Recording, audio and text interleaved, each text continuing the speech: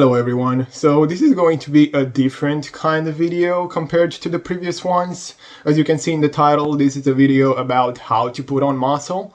So I've been going to the gym for 5 years straight and I do think I achieved a pretty good physique. And yes, my genetics play a pretty big role in this too. I do think I have some pretty good genetics.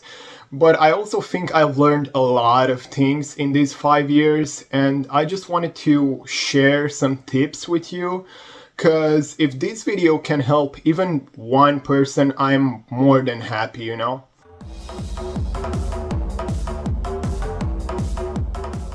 So first, let's talk about your diet, because in my opinion, your diet is probably the most important thing when it comes to building on muscle. And yes, if you're a beginner lifter, it's gonna be pretty easy to put on muscle even without a good diet because of the newbie gains. But as you progress, you actually gonna have to know how to eat right, you know?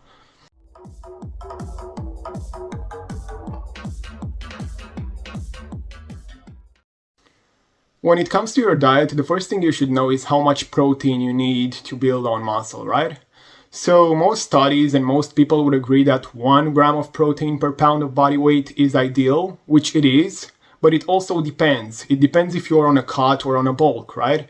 Because if you're on a cut, your body is going to use some of that protein for energy.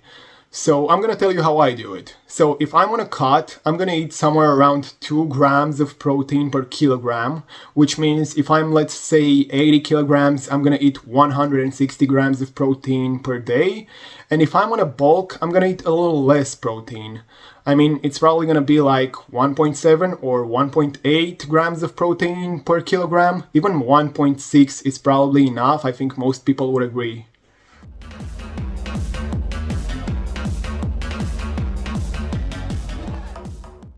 Now let's talk about fats, because you should also have some healthy fats in your diet.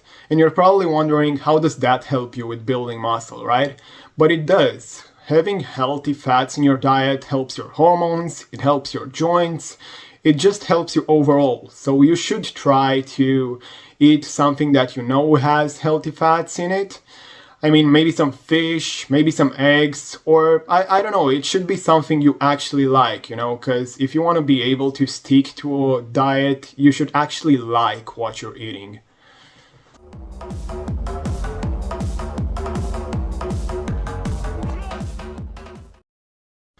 So just because we were talking about cutting and bulking earlier, I just wanted to give you guys one extra advice. So if you're already at a healthy body fat percentage, you should not cut or bulk. It just makes no sense to cut even more because it's gonna make it harder to put on muscle, but it also makes no sense to bulk even more because you're already at a healthy body fat percentage. Why would you want to go even higher, right? So what you should be doing is main gaining. Greg Doucette had been preaching this for years, and I actually totally agree. But you're also probably wondering how to main gain. So I'm gonna explain you guys how. So you should be at a really small calorie deficit, and you should just try to maintain that body fat percentage while also putting on muscle, you know?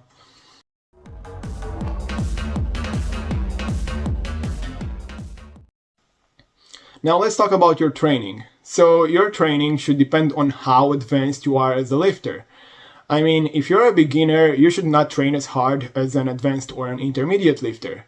You should just master your form and your technique and are going to be able to put on muscle anyway. But if you're an advanced or an intermediate lifter, of course you're going to have to train harder, right? So some people would say that you should always go to failure, which is not true, it's just bullshit. Studies actually show that even stopping at 3 RIR is pretty optimal for building muscle, but you're probably wondering what 3 RIR means, right? So 3 RIR means 3 reps in reserve.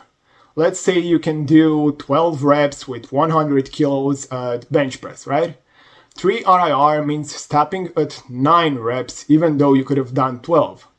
Now, of course, you can still go to failure on some of your sets, but you should just know that it's not gonna help you that much with building muscle. I mean, you can still stop at 2 RIR or 3 RIR, and you're probably gonna build just as much muscle.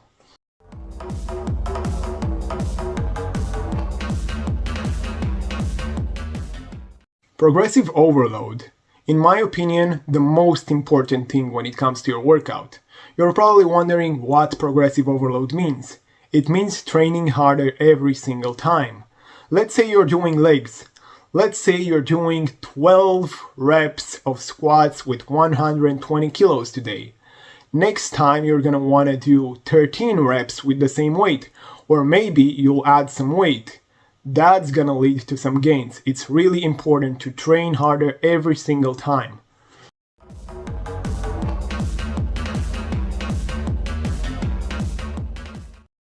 How often you should train? Well, that depends. I cannot really give you an exact answer. I mean, just because I can go to the gym for 5 days a week doesn't mean everyone can do that.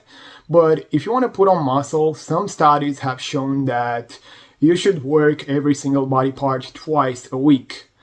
Now, you should also have some rest days, because if you are in fact working hard enough, you're gonna need those rest days to recover, right?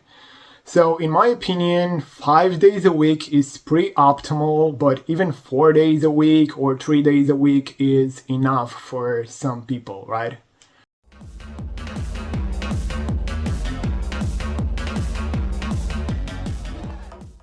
Now let's talk about volume and recovery. So look, everyone's different. Not everyone can handle the same volume.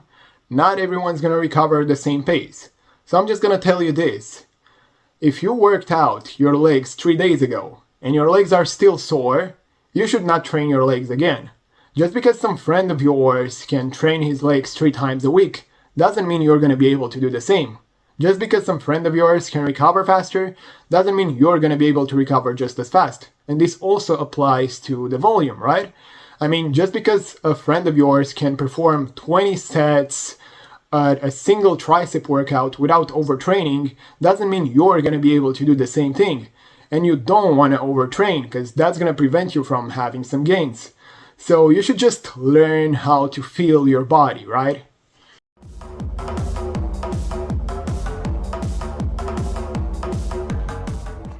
Sleep. If you want to build muscle, you also want to make sure you're sleeping enough, because sleep also helps your recovery.